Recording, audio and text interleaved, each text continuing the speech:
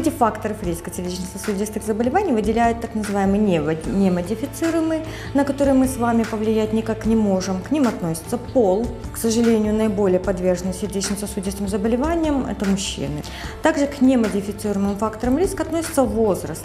Сердечно-сосудистые заболевания начинаются в более среднем и пожилом возрасте. Так, у мужчин риск возрастает старше 55 лет, у женщин старше 65 лет. Также к немодифицируемым факторам риска относится наследственная отягощенность. Что это такое? Это наличие сердечно-сосудистых заболеваний у ближайших родственников первой линии родства, либо случаи внезапной сердечной смерти у ближайших родственников. К модифицируемым, то есть таким, на которые мы можем и должны повлиять, фактором риска относятся курение. Никотин – мощный враг для сосудов человеческого организма.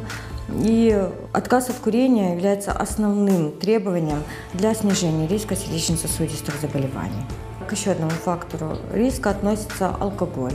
У пациентов с установленным сердечно-сосудистым заболеванием безопасных доз алкоголя не существует. Также к модифицируемым факторам риска, на которые мы можем воздействовать и должны воздействовать, относится артериальная гипертензия. Артериальной гипертензией является повышение артериального давления 140/90 и выше. Также к факторам риска сердечно-сосудистых заболеваний, к модифицируемым, относится нарушение уровня холестерина в крови, повышенный уровень сахара в крови.